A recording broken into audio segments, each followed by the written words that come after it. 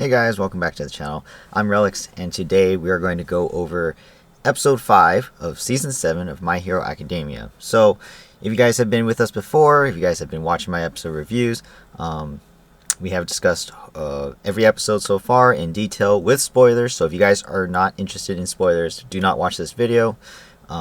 Just throwing that out there now so you guys, don't get spoiled of anything that's coming ahead.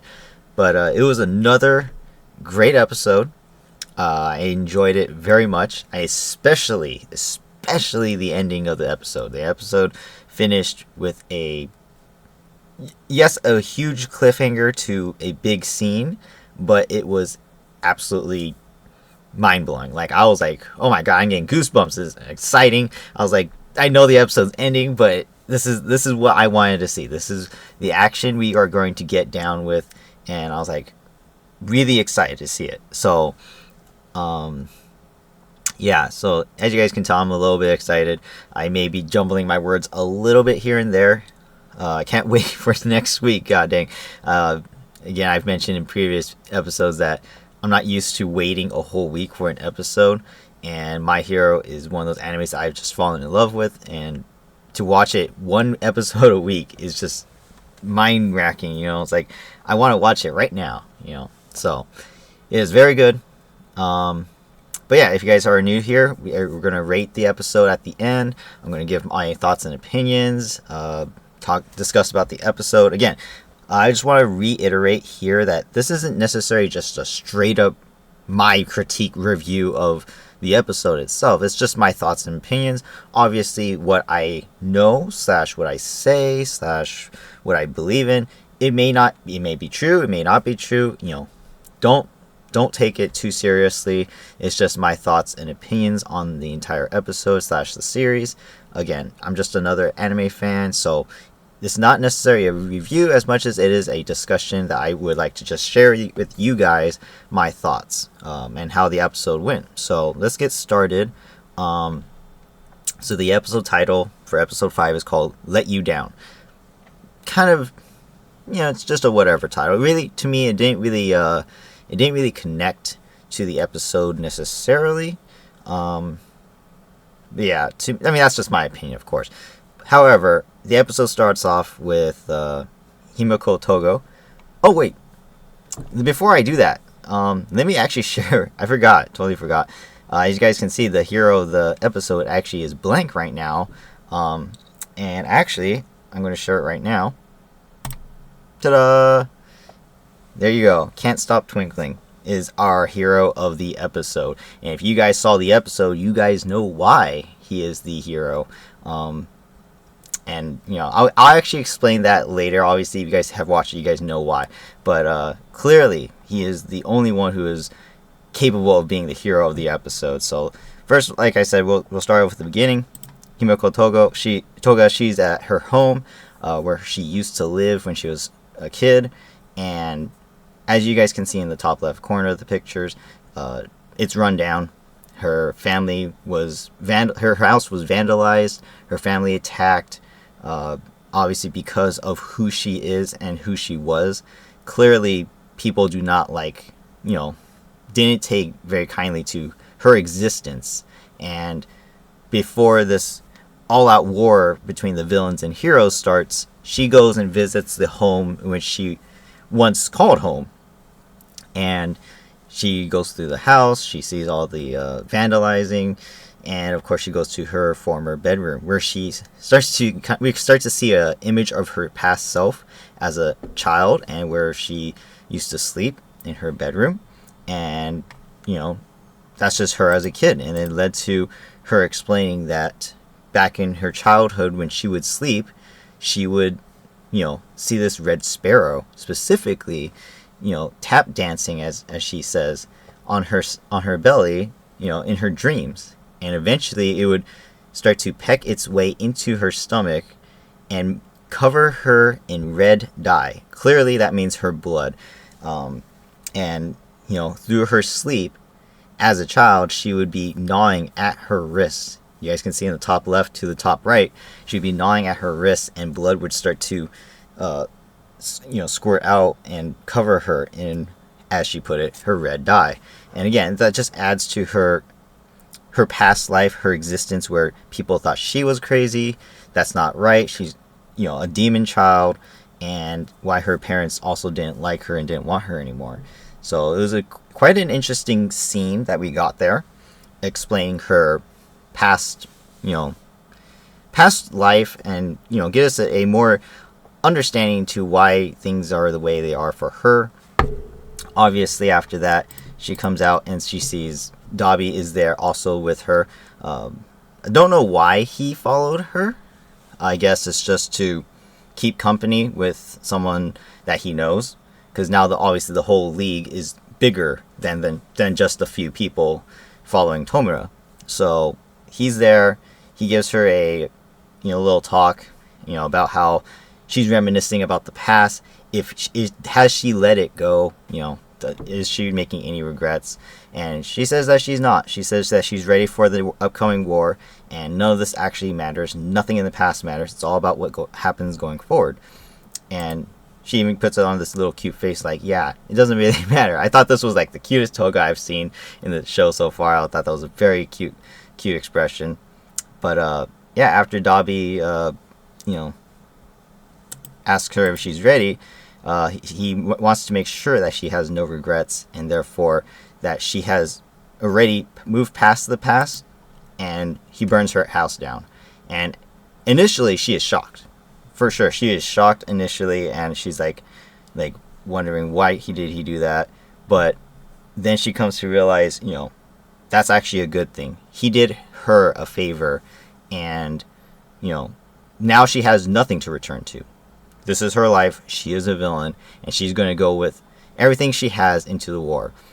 And I thought that was a very kind of a good bonding moment for the two. Obviously, there's thought throughout the episodes so far in the past couple seasons that Toga isn't necessarily bad, but she was forced to be. Like, she was kind of like seen that way just because that's just the way she grew up. And as I'll explain later, we actually get some insight into that. So basically, the opening scene ends with Dobby talking to her about using Twice's blood that he was able to snatch way back in the past few seasons, obviously before he died. And so with her quirk, she can actually turn into Twice and be able to, as he put it, perform the sad man's parade, and basically make multiple copies of herself, and basically is like an army of itself. And I think that's actually a very interesting weapon, I guess you can say. I am actually excited to see how this plays out, as well as what are going to be the side effects to this. Like, is there any limit to Toga's quirk, or is it going to be just as Twice was, and it's just going to be straight up she gets to multiply herself exponentially and become basically the army for the villains? I wonder how that will play out. Obviously, we'll see soon enough. But yeah, so obviously after that, opening credits play, and then we go back to the villain hideout where All For One is hiding out. Spinner is still there. He is waiting for Tomura to recover from his battle with Star and Stripe. And I was like, okay, so if you guys remember from what was it? The second episode, I think it was, when Tomura got all burnt up and was just destroyed, and just like burning skin and everything was just totally disgusting. I was like, what the hell is that? Well, now we got this, and it's kind of freaky. What the hell is this? Oh my god. And looking at this, it's a still picture. This thing was freaking moving. All these fingers were moving inside the actual episode, and it was freaky as hell to me. And I was like, "Oh, that's so gross." And then as Spinner got closer to it, it retreated. It slimed its way away from him, and I was like freaking out. And I was like, "What the hell was that? Like, is that really Tomura like literally like morphing into something?" I don't know, because literally moments later he walked out, still wounded, but he walked out like his normal self, and I was like, that was really weird. I don't know what that was. Maybe someone tell me in the comments section what that was, because I don't know what that was. If you guys read the manga, yeah, it was freaky as hell. So basically, we talk about Spinner and how, what his role is going forward. So it's a little bit like I like this season because it's definitely giving a lot more background information on some of the villains, as well as what their thoughts going forward. And Spinner is one of those guys that is kind of conflicted. Honestly, in my mind, I think to myself, he may actually turn good in the end. Perhaps. I wouldn't be surprised if he doesn't. But as far as looking ahead, his mind is kind of conflicted. He wants to follow Tomura Shigaraki, not All for One. And so you guys can see here, his ideals were to follow, what was his name? Stain? I think his name? The hero killer. And, be like him. Obviously, his persona is dressed like him. And he just wants to help eliminate the heroes that pose a threat to his kind of ideal society. And obviously, you guys can see from the bottom picture, that is a row of heteromorphs, people who have, mutant type quirks. Basically, they aren't straight up human. They don't appear human. They appear like an animal or an alien or some kind of extra, a beast or some kind. And so he's kind of in the minority group. It's a prejudice thing. They are the minority groups in society. Heteromorphs are not considered very good. They're kind of considered more villainous than not. And so his ideals is he's trying to fix that and make heteromorphs more, out there and more wanted. At least that's the way I saw it. And so that was very interesting to see that that's what he's fighting for, and why he hates heroes too. And of course that's why All for One is putting him in charge of like some of the lower end guys, like the what was his name? I forgot his name. The other guy, Desto, whatever his group is called. Spinner is now going to be kind of in charge of that group of people, and basically lead that group into the war. So I think that's kind of interesting to see that he's getting more responsibility, and hopefully we'll see maybe that he actually turns out good, because he wants to be with Tomura. But if what Deku is wanting is true, and Tomura ends up trying to be good, then maybe Spinner might turn around as well. And yes, I do think he will die in the end, but maybe he'll do the right thing, and maybe he'll attack All for One later. Who knows? That's just my thoughts, though. But as of right now, yeah, he's gained some more responsibility, and I think that's kind of interesting to see. Then we also turn to Yue, and All for One continues to say that he has connections everywhere. All of the seeds he sowed into the world are now coming back and paying dividends. And these two right here on the screen, they're unnamed, but they are apparently spies for him. Not just Aoyama family and some other people, but these guys too. Don't know who they are. Never mentioned their names, at least not to my knowledge. But they're inside UA, and they are kind of like preparing themselves for whatever All for One has to offer for them, whatever job. Basically, they are to, I guess, keep tabs on Deku, as well as make sure that he doesn't feel safe. I guess I'm not sure exactly what their role was.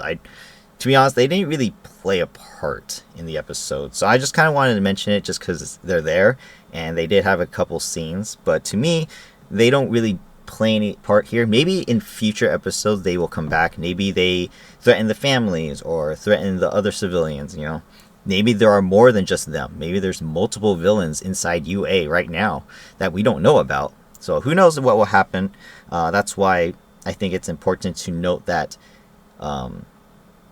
For example, even though Class 1A, the main cast, is now going to be taking part in all the hero work, right, outside of UA, and going into the war, there's still Class 1B. This, like, there's a bunch of other students and other heroes that are still in UA that can take care of the civilians. So I know we haven't gotten any screen time from any of those guys, but there are still people there that can protect UA and be able to fight these villains if anything happens. So going back to the last episode where we saw Hatsume and Mei, basically trying to see if they could make UA fly. At least that's what I saw. At least then they're still not defenseless and they can still do things even while the pro heroes are outside of the place. So that's at least what I'm seeing, and I think that's kind of cool to think about going forward. But again, like I said, these spies didn't really play a part in the episode, so it's not like they were really doing anything there. Moving forward, we go to actually Class 1A. They have taken over the hero work, the evacuations and stuff from the cities, and rescuing people from all the jailbreakers and all the villains that are out there right now, causing chaos in the world in Japan. And so, because of the lack of pro heroes, as you guys can see, some of them are just totally exhausted. It's a lot of work, obviously, and it's just, constant exhaustion day by day. We don't know exactly how much time is going by, but during this episode, we do get insight that there's about 4 days left before Tomura Shigaraki comes back out and fights again. So probably within a couple days since Star and Stripe fight, that's where we're at now.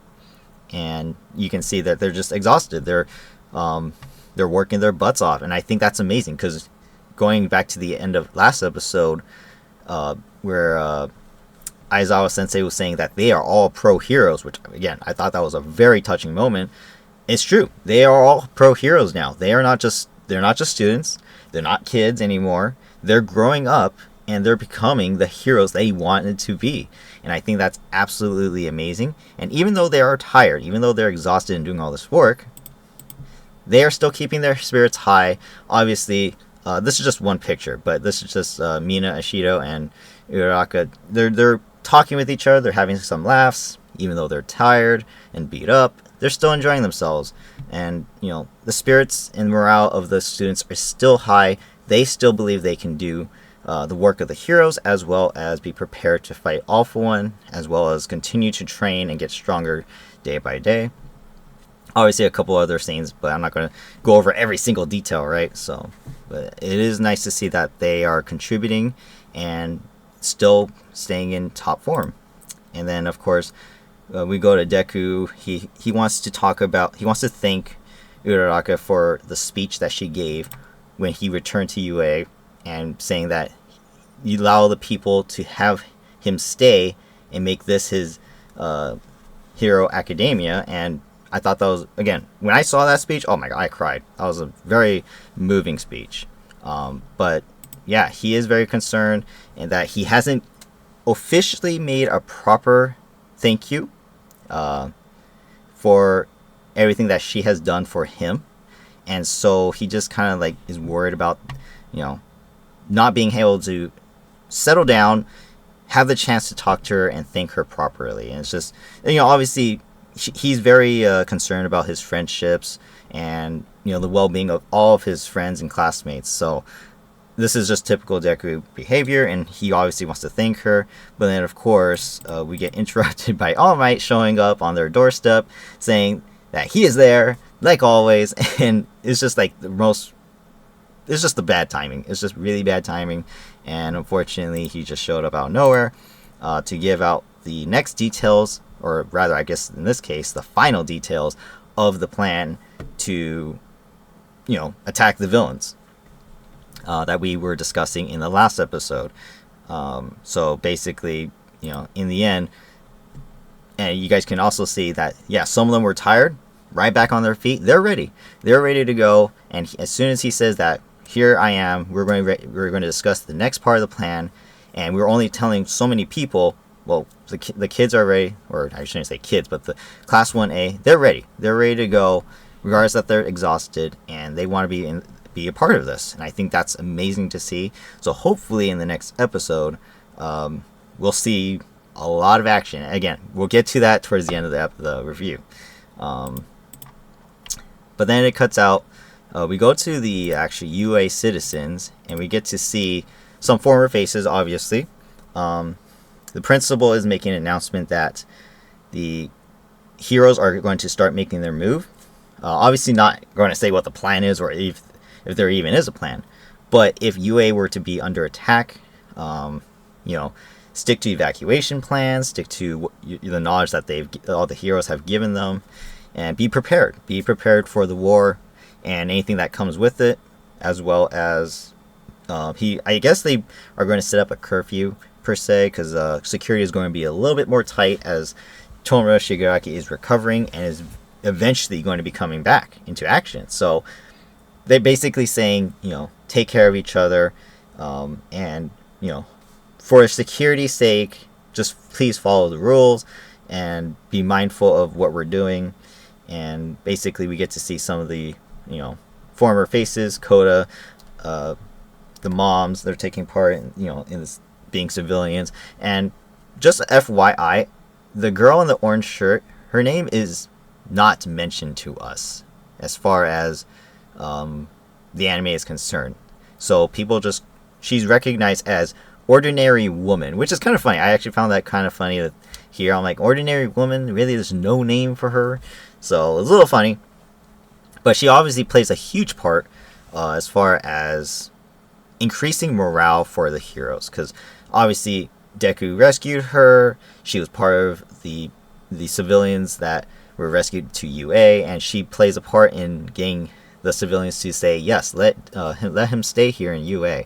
And I think it's awesome that she keeps getting some screen time, because she is not an important character, but she is important as far as she was saved. And even though she's a heteromorph, just like Spinner is, who is ostracized from society a little bit, she still is part of the society, and is a civilian in this war. She's a bystander. So I think it's cool to see all these people who are affected by this war and are still coming together to play their part in doing, whether if it's helping with the heroes, or if it's just following the rules and believing in the heroes' work. So I think it's cool to see that they keep coming back as well.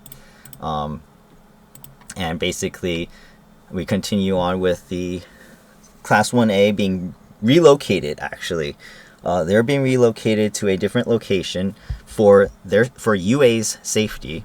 And so some of the students have to say goodbye to their families, and I thought it was a nice touching moment, and it's kind of like a reminder what they're fighting for. And you guys can see specifically in the bottom right, Deku's holding hands with Eri and Koda, and basically saying their goodbyes. It's a touching moment, because who knows if they'll even see their families again. We don't know, they don't know. And I think that just adds to the episode's tension. It's just saying that, at this time, they're doing the pro hero work. You never know if they would come back or not from, fighting out there in the real world. And I think that's something that I think the anime kind of hides a little bit. We don't really see the work they're doing. It's just told to us. But if you really think about it, they can die at any given moment. All for One can show up and just suddenly just destroy them all. Or, we know how strong Dabi is. Maybe he will just show up and burn a few of them to death. Like, you don't know what will happen or how it will happen. So I think it's very touching that we get to see this kind of moment, and to see the families are, get a chance to say goodbyes and basically wish their children, best of luck. So yeah, UA Class 1A was moved to a new location. This location actually, I forget how far it was. It wasn't that far though. As you guys can see, it's overlooking on a hill of the city. They actually called this, what was it called? Makeshift Fortress Troy. That's what it was. And basically, I would personally just call it UA2. It's basically a dorm fortress for the students and a few other teachers, I believe. And I don't know exactly what it will do for them, but it is a place where they can live for now. It's obviously temporary as the war is coming, and obviously All For One its target is Deku, and basically to keep the civilians safe, they separate themselves so that way UA isn't the main target anymore. And so I think that's kind of cool. As they mentioned in the anime, they have the power through Cementos, Power Loader, and Ectoplasm to have built this in literally a short amount of time. I'm assuming this short amount of time is the 2 days between this episode and last episode. At least that's my mindset. And I think that's kind of, convenient. A little bit too convenient, but it is what it is. It's, we've seen it before. We've seen it in the past during their training arcs in the first few seasons where all these stages were being built and can be reconstructed efficiently, within a short time period, just so because, they have the money, they have the capabilities. So I'm not surprised, but a little too convenient for me. But yeah, moving on, we actually go to see a city view between Deku and Uraraka, and basically he finally gets his chance to thank her, and I think it's a very touching moment. I was expecting them to grow their friendship a little bit, just because we all know that they kind of have a crush on each other. Obviously, Uraraka does like him. We know that, right? So I think it was a moment where we could have had something develop even more, maybe even a hug. Nothing happened. They just kind of talked, looked out to the city. You can see the view from here. Basically, Uraraka's, pondering on what Himiko Toga said to her and how she's misunderstood. Toga isn't a villain because she wanted to be. It's because she was misunderstood, and that heroes like her, like Uraraka, will never understand her. They will never understand the mindset of the villains. Why are they doing the things that they are doing? And I thought that was actually a very special connection, which that's also why, they both have a special connection with each other, not just as hero and villain rivals, but, Uraraka has this mindset that heroes have this, they're the good guys. It's only this way or not. They follow the rules and, things are fine. But Toga has been one of those, people have been discriminated against and put down because of how she acts. And basically she didn't become a villain because she wanted to be.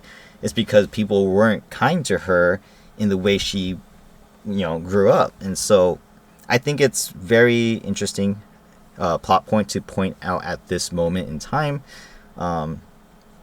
Basically, I also like the imagery here. You guys can see the shot used on the top right picture is very specific. I think it's showing it's not just about them. It's not focusing in straight up on them. And I think that was a theme occurring throughout the entire episode.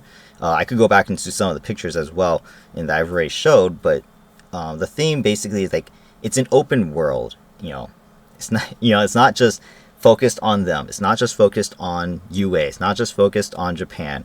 It's everything. Everything around the world is happening. It's not just about them. And I think that's kind of a special moment here where she's talking about it's not just about the heroes and what they do. It's also about the mindset of the villains and not, just everyone in general. Like, how do people become the way people are as they get older? And I think that was a special moment that we get to see. And then, of course, Midori knows that he thinks that Tomura can be saved. That there is, to be cliche, there's still good in him. There's this child that he can save. And I think that both of them having a reason to fight the villains, specifically Toga and Tomura, I think going forward, is there a chance that the League of Villains, Spinner, Toga, Tomura, is there a chance that they can possibly be turned and, be good characters? I truly believe something like that can actually happen going forward, but at the same time, with all that's happened so far, the possibility seems bleak, but that's why they're heroes. They believe there is a chance for everyone to have a redemption, and I think that's kind of cool. That's kind of cool to see. And then, of course, the scene ends with them just looking out the city together. Nothing romantic or anything. It's just, this is what they are. This is what they do. They're heroes, and going forward, this is what they're trying to save. They're trying to save the world, and I think that's kind of cool to see. Next up, the next scene after that, we go straight back to All For One, and he's actually scrolling through his phone. I guess he was looking at his contacts. There's a list on his phone we can see. We can't read out any of the names, obviously, but basically he was on the phone with the Aoyamas, and obviously they shouldn't be allowed to be in contact with anybody. So obviously we can tell this scene was a no-brainer. The police obviously are tapped in. They're listening in and being able to prepare themselves for the upcoming battle. All For One, it has no idea what's going on. However, he does mention that he cannot be tricked. He can see through lies. He can see through deception, through, I guess, his quirks that he has. There's just no way that anyone can, fool him, basically. And that's what we're led to believe, that the Aoyamas are not in captivity. They're free to do what they can right now on their own. And that also led up to the next scene with, Yuga Aoyama being released out into the open and being able to phone call Midoriya and bring him out to a lonely area. So, again, this scene too, openness. Wide open, why is the scene so far away, right? Why aren't we more zoomed in? Again, it's not just about them. The focus isn't about the people.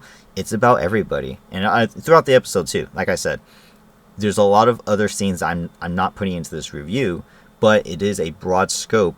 It's not just explaining about specific people, but it is talking about everyone. And this scene right here, I think, is another one of those things, like open space, wide open area, show what is happening, show what else is being involved. And obviously there's not much going here, but it is something that to show that the theme is openness, Just my thought. So Aoyama discusses All For One's plan, and that, he tells Deku exactly what All For One's goal is. Basically, Japan is alone. There is no help coming, because the fear around the world is that, if they help Japan, their defenses will fall, and their villains will rise up and revolt against their countries. So basically, there's just he makes the equivalent that right now, the whole world is kind of like in the Great Depression, or like the time where quirks were first discovered, and that there's just worldwide panic. No one can assist anyone. They got to fend for themselves, and that's kind of what Japan has to do as well. And that why faith in heroes is declining. Everyone's starting to not believe in the heroes anymore, as well as Japan is isolated. It's on its own. No one can help each other, or help Japan rather, I should say. And so I thought that was an interesting explanation from Aoyama. And then he also goes on to explain that when this all happens, and when the world is complete shit, right? The end of the world is here. Everyone's, not having any faith in one another. Here comes All For One to save the day, kind of, and basically rule the world as the one guy who controls everything. As we can see from the bottom picture, that is clearly All For One's hand. He has the hole in his palm. I guess that allows him to steal quirks and give quirks and stuff like that. We can see that, he is holding the world in his hands. That's basically his goal. He is, as Aoyama put it, he's trying to be the demon lord of the world. And, it's quite interesting to see that that was the end goal. But basically, Aoyama also continues to say that he is sorry that, it's come to this, but this is the way the world is, and going forward, he cannot trick anybody else. So he says sorry, he had to bring him here, and All For One shows up. Literally just like that, like magic. He shows up out of nowhere and is like, all right, here we go. One for All is right in front of me. It is mine. And he is ready to take it from Deku. But then we get this. Whoosh. In a flash of light, literally, Aoyama spins and turns around and uses his quirk to laser All For One. And in this moment, he solidifies himself as the hero of the episode. He, from the end of the last episode where Aizawa says that he can still be a hero as well, and every single one of them is pro heroes. This solidifies that he stands against All For One. And even though he is scared for his life, he is scared for both his mom and dad's life, he is doing this. He is being brave, putting on a show to show that he is able to become a hero as well. And I think that's very touching. A good connection to the last episode where it's all about him. And he's getting retribution. He doesn't really do too much damage to All For One. He just kind of rips through his clothes a little bit. But that's nothing. Basically, the whole goal here was to bring All For One out and into the open where they can actually fight him. And so, with this betrayal, all of a sudden we got Aoyama and Deku together fighting as heroes. It's kind of funny because he's saying that, or Deku was like, that was a little too convincing, a little too much acting, and he really thought that Aoyama was betraying them. And then Aoyama was like, well, that's not the only thing that came out. He also wet himself. Like, that's how scared he is. And I think that just goes to show, in the connection to the last episode, all the tears that he's had coming out, all the nerves, the shaking, the emotions, everything was out there. And I think that's perfect. I thought that was great. Great animation on the episode itself to show that even though he is trying his best to, put on a show and in fool All For One, he's still scared as hell. And, there's this bad guy who's like, he was like the level 100 boss at the end of the game, and he's like this level 1, level 5 guy. What can he do alone, right? But it's all the pieces put together that will add up and, basically be able to take All For One down. And I think that's awesome that he is so brave to put on that face and, stand before All For One, in the end. So All For One is tricked. He's like, how could this be? His parents had showed no deception, no lies. His quirks apparently didn't work or something. And, this is when Aoyama makes his statement that he will fight All For One and he will not be alone.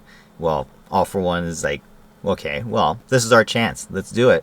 Villains appear, using his transportation GUI quirk. I forget what this quirk is called or what it is exactly, but obviously it allows him to summon people from other locations using this muddy, blobby, substance. We obviously get to see Togus shows up, Dabi, a high-end Nobu shows up in this scene, and then all of a sudden, Aoyama says that he's not done, and we get to see the heroes show up using Kurogiri's quirk. If you guys remember, Kurogiri is one of the villain's transportation guys. His quirk is called Warp Gate, and he was captured, right, back in season 4, I believe, season 5. So he's questioning, All For One's questioning, how did they use him?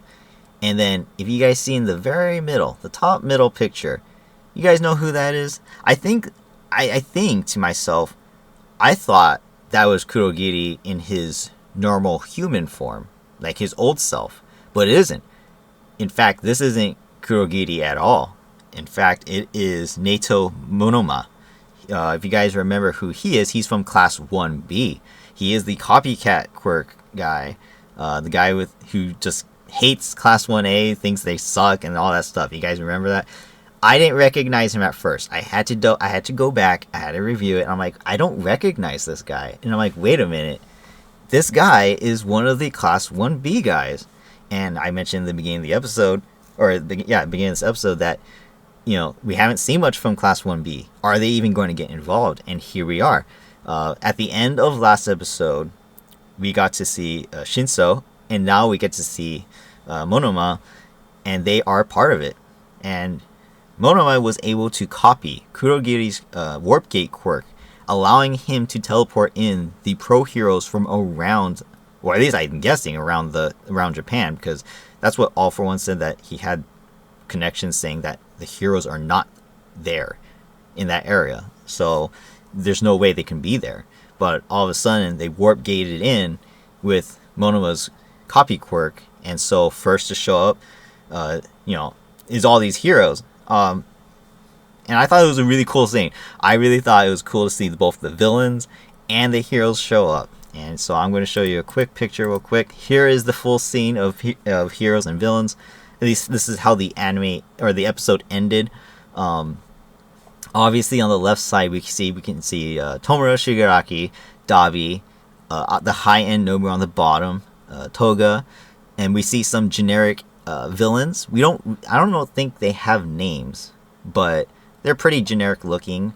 So I don't think they're going to play a huge part. If anything, they're just probably going to be like cannon fodder. They're just going to be there, get beat up, so on and so forth. And then we also see one more high-end Nomu with its giant hand reaching out on the far right side of the villain picture. And then on the right side, we have a whole bunch of heroes showed up. And it's more than just what we saw in the last picture. If you guys see here, there's only 7. There's only 7 heroes in this picture, right? Well, there's more than that in this picture. So I'm going to read out all the heroes that, at least as far as we can see, we know. Obviously, there's 1, 2, 3. I think 3 of those guys on the top of the picture. We don't really know who they are, if they even have names. They could just be generic heroes, just like there's generic villains on the villain side. But I'm going to go in order as far as reputation is concerned. We got the number 1 hero, Endeavor. Number 4, Edshot. Number 5, Mirko. By the way, my favorite hero in the anime. Poor Mirko, she lost a piece of her right ear. She lost her left arm, which is now replaced with that robotic-looking giant arm thing. She has a scar on her left thigh, and she lost her right leg. And I'm like, oh my god, what the hell? That's so sad. So she is my favorite hero, and I'm so happy to see that she is back in action and is ready to go. Real quick again, I gotta go back to it. To see these guys come out, specifically Mirko and Fat Gum, oh my god, their faces, they're ready to go. And I thought that was kind of cool to see them come out of the warp gate and just like, let's do this, let's go, we're ready. So as I was saying, number 5 Mirko, number 8 Wash, and she's kind of towards the bottom. Number 12 Gang Orca, number 13 Shishido, number 58 Fat Gum, Wild Wild Pussycat Pixie Bob in the very bottom. I'm happy she's getting more screen time because I actually like her personality. I'm hoping to see all of these heroes get action. And then of course Sun Eater as well as Nejire-chan, they are also involved. Obviously 2 of the big 3. I'm hoping to see Lemillion as well at some point, because I don't think he's injured, if I remember correctly. I know he lost his quirk, but he got it back, I think, right? Is that what happened last season? So I'm questioning where he is. I want to know where he is. But I was like, oh my god, this is exciting. This is how you end an episode, and with a cliffhanger no less. I was ready to just, lose it. I'm ready for the next episode. I can't wait. As you guys can see, this is going to be a huge battle, and for all I know, maybe this isn't even all the heroes and all the villains that are here. There could be more that are just not on the screen, and we don't know that for sure. Like I said, Monoma would use the Warp Gate quirk probably to get them there in the first place. So who knows who else is there? He wasn't even in that picture, but that clearly was him using the quirk. At least that's what I'm seeing, because that clearly was his face. It wasn't Kurogiri. It wasn't his original human form either. So it had to be him. So that's just my opinion. But yeah, Aoyama is definitely taking a stand, and he says that we are going to defeat him defeat All for One right here and now. And all these heroes pop up. Oh, it was just an amazing scene. I got goosebumps when I saw that. I was like, oh my god, I'm freaking out here. So I can't wait to see the next episode. And I'm hoping that you guys also feel the same. But that's the end of the episode. That's pretty much everything. Yeah, let me oh my god, let me know in the comments what you guys thought of that scene, as well as the episode as a whole as well. Are you guys excited for the next episode? Because I am. As far as a rate, before I get to that, so again, hero of the episode, Aoyama. Yes, there wasn't too much action in this episode, but he is clearly the hero of the episode because he fooled All for One for coming out, as well as getting the first strike on him, no less. So I think it's awesome to see that he got his twinkling moment as a hero and is now taking a stand against the villains. He is not a bad hero or a bad villain as he put himself in the last episode. He is now proving to be a hero, and I think that's amazing to see.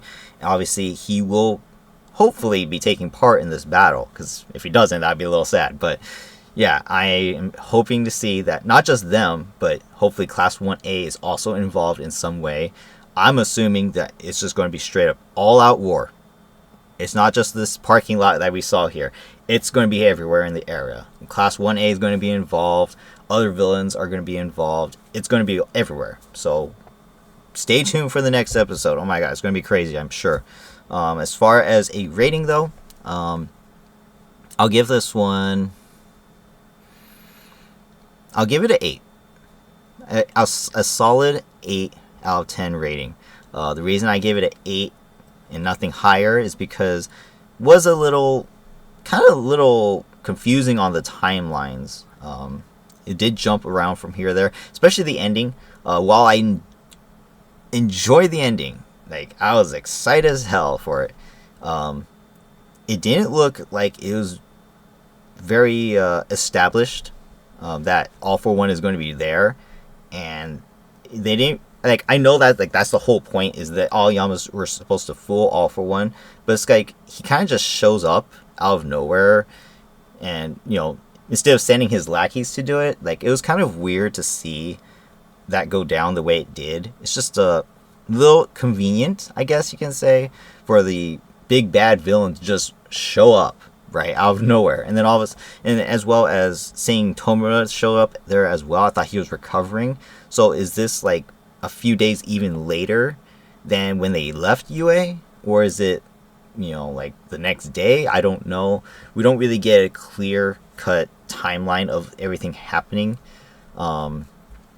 as well as some of the villains as well. We don't get to see what exactly they're doing, or how things are the way they are. Like Toga and Dabi in the beginning, they're out in public, how is no heroes seeing them? They clearly can see that the house is burning with blue flames.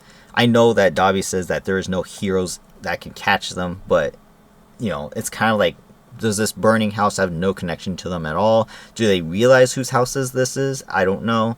A little bit of inconsistencies. Like I said in previous episodes, inconsistencies between episodes and the way the timelines work is kind of my pet peeve right now. It's just a little bit inconsistent, but that doesn't mean the episodes are bad. It's just I would like a little bit more explanation. Even if it takes another minute to explain things, that's fine by me. I don't mind the episodes just straight up telling me information I need to know, as long as it makes sense and it is needed for the time being. And I think this was one of those moments where I think it skipped from basically going. It basically went from this view, to this, like I don't want to see them they just arrived to the fortress Troy, and all of a sudden the next scene is, hey, All for One's here, I thought we had a few more days before this happens, you know. That's just a little too concerning for me. But overall, you know, I still enjoyed the episode and all of its glory. And I think the themes of the episode were really displayed very well. I thought it was a very well played out episode. It's just could have been a little bit better, just a little bit more timing. If anything, I don't care if we get a little bit more filler, you know. Show the more emotions between the students, or, you know, talk, you know, even if they're talking in their rooms or in the dorms or anything like that, just to show a little bit more of how they're feeling. Show the villains if you have to, show how they're feeling. You know, I don't care. I want a little bit more personal relations between the characters to come forth and show how they're feeling about this whole war thing. And I think that would have definitely added to the episode if you could fit in just, you know, even if it's 30 seconds to a minute extra of time. You know, just don't skip ahead and not tell us how much time has actually gone ahead. If this is literally the next day or the same day after they got to Troy, then it's kind of inconsistent in what the episode was trying to explain to us about, you know, Tomura still recovering and has 4 days left. You know, it's kind of counterproductive. That if that was the case, just don't even have that in there. So that's just my thoughts. So that's it. I'm going to end it here. Thank you guys for watching. Hope you guys enjoyed this one. Like I said, let me know in the comments what you guys thought, and do you guys agree with what I had to say, disagree. Again, this is just my opinions, just my thoughts on the episode. I really enjoyed it. I'm enjoying every single episode. As I texted to my brother when I finished this episode, it's like every episode is just adding hype, and then more hype, and then even more hype, and then lots of more hype on top of that. And I'm like, this is the next moment. This next episode, I am hoping, is the moment I've been waiting for, that the whole season has been building up to. We are finally going to get all the action, like the next 3 episodes or something. I want to see like just straight up action. I want to see heroes fighting villains here, there, and everywhere. So that's what I'm looking forward to. Hopefully that's what we're getting. I wouldn't even be surprised if they started off with a flashback or something in the start of the episode, but I want to just get right into it. We're battling, and hopefully we get to see, I say hopefully and I cross my fingers, but hopefully we get to see tension between the heroes and the villains. I want to see the heroes lose some. I want to see the villains lose some. You know, adversity is needed, I think, in animes that portray war and violence, and we need to see some heroes not just lose, but we need to see some heroes die. It adds to the emotion of the audience for me to see that I don't know, let's just say Gang Orca dies.